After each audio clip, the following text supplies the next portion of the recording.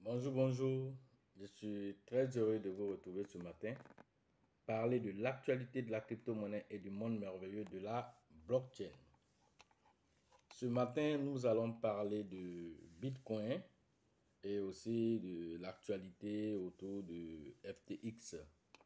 Donc, pour ceux qui viennent de nous prendre en marche, donc activez les cloches de notification, surtout abonnez-vous pour ne rien rater des prochaines vidéos. Ok, donc voilà. Et déjà, je dis merci à ceux qui ont fait des dons par rapport à notre anniversaire. Voilà, parce que ce 18 novembre là, aujourd'hui, nous sommes à Centre d'eau pour la formation. La première journée, c'était hier. Aujourd'hui, c'est la deuxième journée et cela coïncide aussi avec notre anniversaire. Voilà, donc merci déjà à ceux qui s'en sont souvenus et qui ont fait des dons en BNB, en BTC et tout ça. Voilà, et donc ceux qui veulent faire aussi des dons. Alors, les liens, en fait, les différentes adresses se trouvent dans la description de cette vidéo. Voilà, les numéros aussi Orange est là, ou Wave aussi pour ceux qui veulent faire les dons. Merci à vous. Voilà, ça fait chaud au cœur. Voilà, donc ce matin, nous parlons de l'actualité de la crypto-monnaie, spécifiquement du roi de la crypto-monnaie, le Bitcoin. Voilà, il y a des nouvelles, alors nous allons en parler. Ok, donc vous connaissez certainement Edward Snowden. Et qui est Edward Snowden?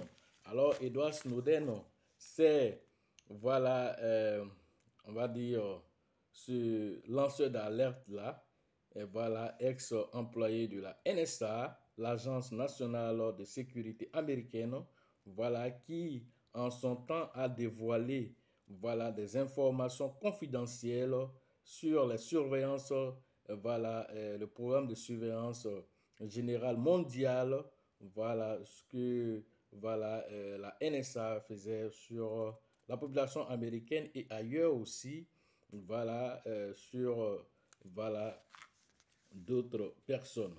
Ok, alors il a été voilà, après avoir fait cela, alors il a fui en Russie où actuellement il vit tranquillement là-bas parce qu'il ne peut pas être extradé. Voilà, maintenant ce dernier aussi c'est un cryptophile. J'avais déjà fait une vidéo sur lui, voilà, où il avait eu des altercations avec Greg Wright. Alors, ce matin, en fait, il a fait une révélation, voilà, sur le Bitcoin. Alors, le 14 novembre, il a fait une annonce sur le Bitcoin. Voilà, et donc nous allons vous expliquer cette annonce. Il dit que c'est vrai que le Bitcoin est au plus bas actuellement. Voilà, et que donc, selon lui, c'est le moment d'accumulation actuellement, voilà, du Bitcoin. Alors qu'il parle du Bitcoin, parle des autres crypto-monnaies aussi. Alors, n'oubliez pas que Edward Snowden, sur son compte Twitter, fort de plus de 5,4 millions d'abonnés. Alors, c'est à ces 5,4 millions d'abonnés qu'il a donné ce conseil, bien que ça ne soit pas un conseil d'investissement, mais il a donné ce conseil-là, que c'est le moment d'acheter des bitcoins parce que, voilà, on s'est dit, il a dit, il y a beaucoup de problèmes, mais je sens, voilà, des démangeaisons de revenir en arrière. Alors, autrement dit, il est en train de dire ceci, voilà, simplement qu'il sent une remontée du Bitcoin qui se prépare. Alors, il a fait un graphique qu'il a posté. Alors, la même chose, il avait déjà fait cela en 2020. Alors, en mars 2020, il avait fait la même chose. Le 13 mars 2020, il avait fait la même chose, parlant du Bitcoin. Alors, qu'est-ce qui s'est passé? Juste un an après, alors, on a senti une remontée fulgurante du Bitcoin qui allait frapper les 64 000 dollars. Alors, s'il revient encore pendant que c'est un expert informatique, alors qui vient encore donner une telle information pendant que le marché, les gens sont en panique. Alors, quand il vient lancer encore une telle information, alors il faut suivre ça de près.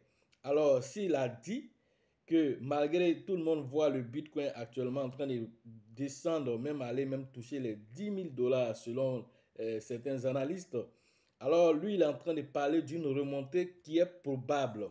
Alors nous prenons tout au sérieux actuellement parce que toutes les informations sont à prendre à la loupe aujourd'hui pour vraiment se préparer et bénéficier de toutes les montées possibles. Même si nous savons que le bull market n'est pas maintenant, alors quelles que soient les petites montées qui vont se passer, alors nous allons surfer sur ces montées-là. Voilà, pour ceux qui savent de quoi je parle, alors suivez, suivez mon regard. Voilà.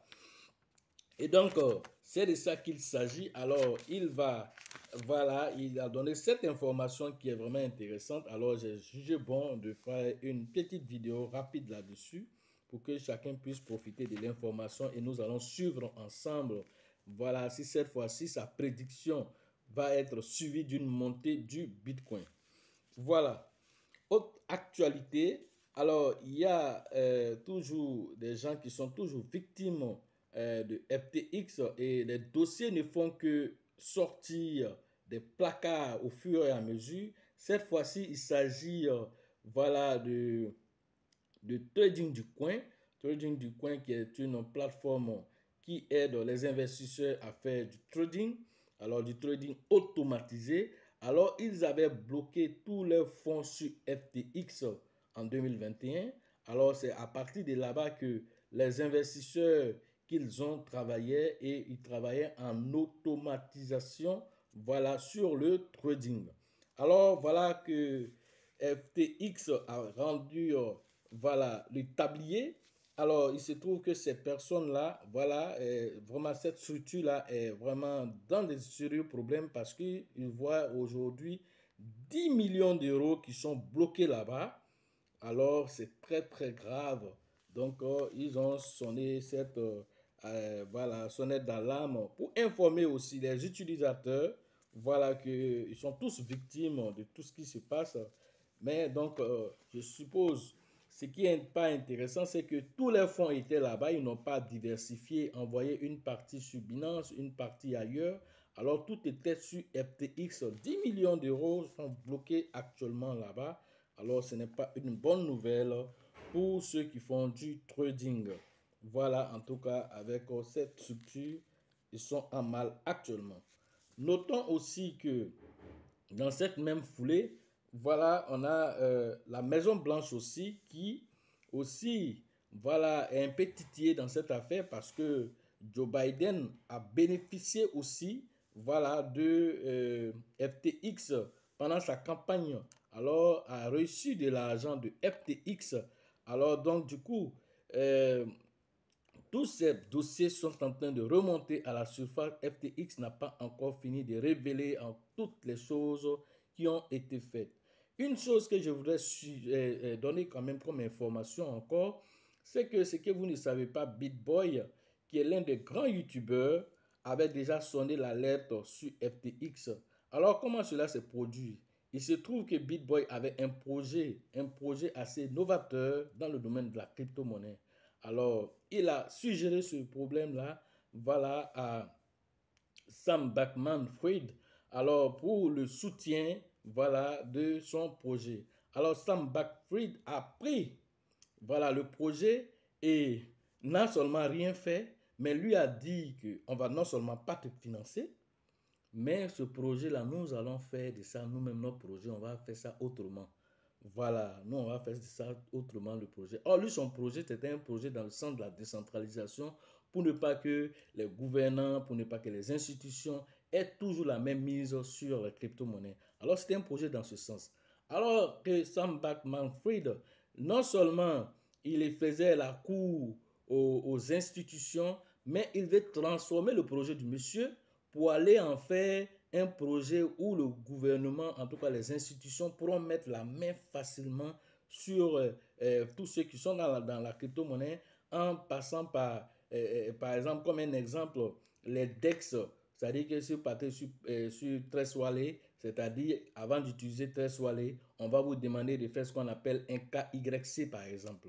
Or, ça, c'est vraiment à l'opposé de la crypto-monnaie. C'est-à-dire, vous demandez d'être identifié, voilà, sur comme on appelle, une plateforme qui est censée être décentralisée et anonyme.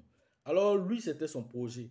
Donc, du coup, le youtubeur en question a commencé à décrier cela sur sa chaîne et a commencé à faire des recherches approfondies sur ce dernier et à balancer ces informations pour dire aux gens, voilà quelqu'un de très dangereux qui est dans l'écosystème des crypto-monnaies. Voilà ce qu'il est en train de préparer en arrière-plan. Il n'est pas venu pour aider le monde de la crypto-monnaie, mais il est venu pour nous faire plonger.